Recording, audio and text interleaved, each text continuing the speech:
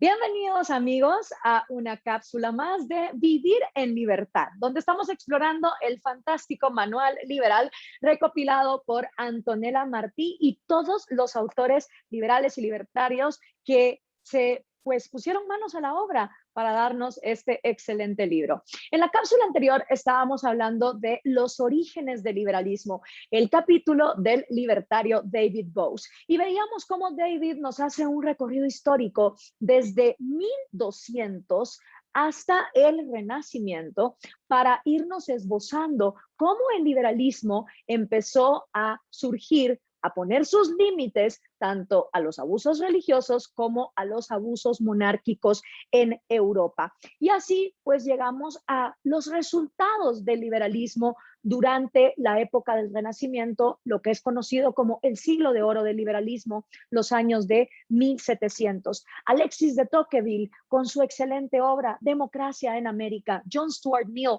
publicando su ensayo sobre la libertad, Herbert Spencer sobre la estática social, son uno de los primeros autores que empiezan a ver los orígenes y los resultados de la primera nación en el mundo que pone por escrito que los individuos no son borregos de sacrificio ni de un gobierno, ni mucho menos de una religión. Estamos hablando de Estados Unidos. Y ahí estos autores empiezan a tirar ideas como todo hombre posee derecho a reclamar el mayor grado de libertad para ejercer sus facultades, siempre que esto no impida disfrutar de la misma libertad a todos los demás hombres. La ley, igual que la libertad, se aplica abiertamente a toda raza, tanto hombre como mujer. Si bien es cierto que Estados Unidos nació con esclavitud y donde las mujeres todavía no eran libres, por ejemplo, para votar, es verdad que al ponerlo por escrito se abre la brecha que permite que entonces más adelante las minorías, como las mujeres, los negros que dejaron de ser esclavos, o ahora incluso en el siglo XXI la comunidad LGBT puedan adquirir derechos gracias a que eso quedó establecido.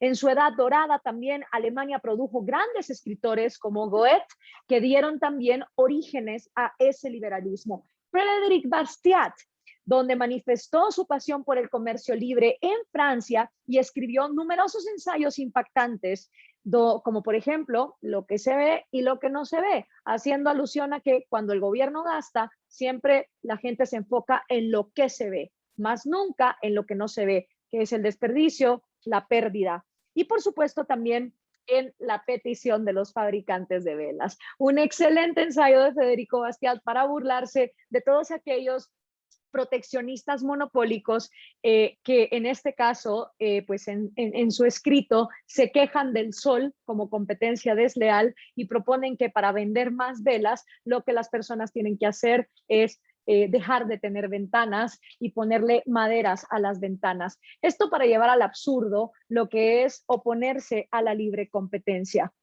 Ahora, desgraciadamente, el liberalismo, aunque tuvo un resurgimiento y realmente tuvo esa época de oro desde el siglo XVIII y XIX, también tuvo una caída. El siglo XX fue fatal para el liberalismo. Desde la entrada de la Primera Guerra Mundial, la Gran Depresión de 1929, la Segunda Guerra Mundial y la Guerra Fría, no se vio con buenos ojos eso de tener gobiernos limitados o a las religiones separadas de las decisiones del Estado. Y nadie podía creer que teniendo grandes amenazas como las que se dieron en la Primera y en la Segunda Guerra Mundial, fuese posible el hablar de un gobierno limitado o de economías libres de cualquier otra cosa que no fuera la guerra. Los estadounidenses y los británicos, nacidos a finales del siglo XIX, se encontraron con un mundo donde la riqueza crecía rápidamente, al igual que la tecnología y los niveles de vida. Para ellos no resultaba tan obvia la idea de que el mundo no hubiera sido siempre así, como le pasa ahora a muchos jóvenes que creen que el Wi-Fi siempre estuvo aquí. Y los que sí lo sabían, quizá ya hubieran asumido que el antiguo problema de la pobreza había sido resuelto. Ya no era importante mantener vivas las instituciones sociales que habían erradicado la pobreza. Y tenemos que entender que eso también es algo que ha pasado en América Latina. De hecho, grandes naciones ricas como Cuba, que era la nación más próspera y desarrollada de Latinoamérica en 1950, Venezuela, que estaba nadando en petróleo, o incluso Chile, que tenía los mejores indicadores en calidad de vida, son naciones que una vez teniendo prosperidad, se les olvida cómo llegaron a esa prosperidad y vuelven entonces a caer en totalitarismos, socialismos y en pedir que los gobiernos sean cada vez más grandes. Aún así, en un siglo que parecía destinado a darle definitivamente una muerte total al liberalismo, hubo grandes guerreros que nunca se dieron por vencidos.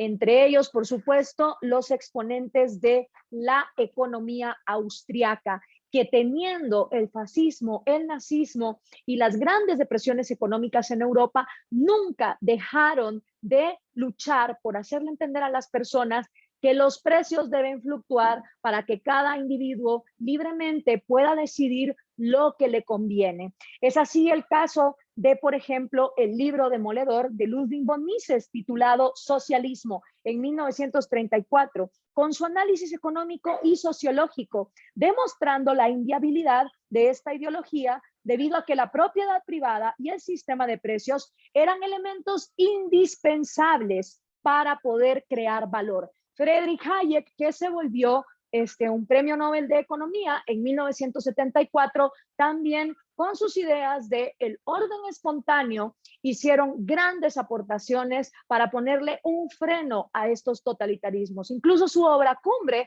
que fue Camino a la servidumbre, dando a conocer a dónde iba a llegar a Europa si seguía con estos totalitarismos. Y así llega, por supuesto, una de las personas que más ha contribuido a la libertad y de la cual las feministas no les gusta hablar. Estoy hablando de la filósofa rusa, estadounidense por convicción, Ayn Rand.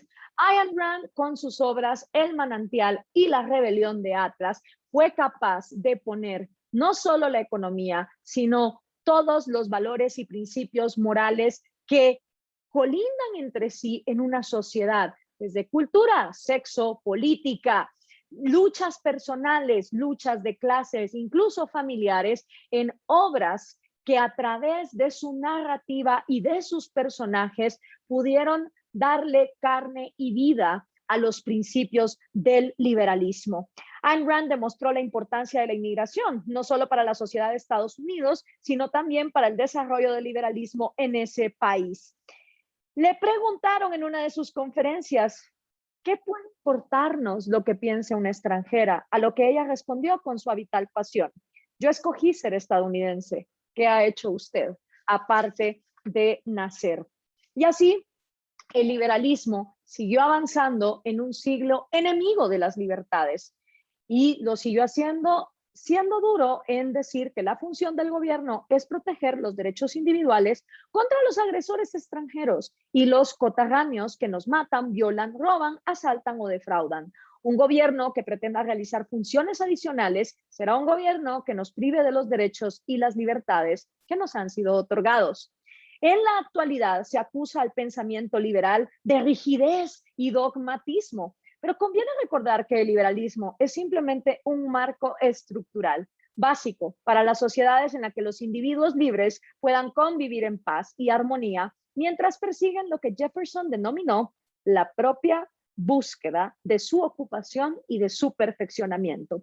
La sociedad enmarcada en una estructura liberal es la más dinámica e innovadora de la historia de la humanidad, y así lo demuestran los avances sin precedentes que han tenido lugar desde la Revolución Liberal de finales del siglo XVIII en la ciencia, en la tecnología y en los niveles de vida. En una sociedad liberal, la caridad es una costumbre generalizada, derivada de la benevolencia personal y no de la coerción del Estado. Si realmente nos interesa ayudar, lo hacemos de nuestro propio bolsillo. Y así, con este repaso histórico desde los orígenes, en 1200, cuando valientes personas empezaron a oponerse a las dictaduras autoritarias y monárquicas de ese monopolio entre religión y Estado, donde la fe predominaba por la razón, hemos visto en este abanico histórico que nos brinda David Boaz en el Manual Liberal cómo el liberalismo llega hasta el siglo XXI a tu celular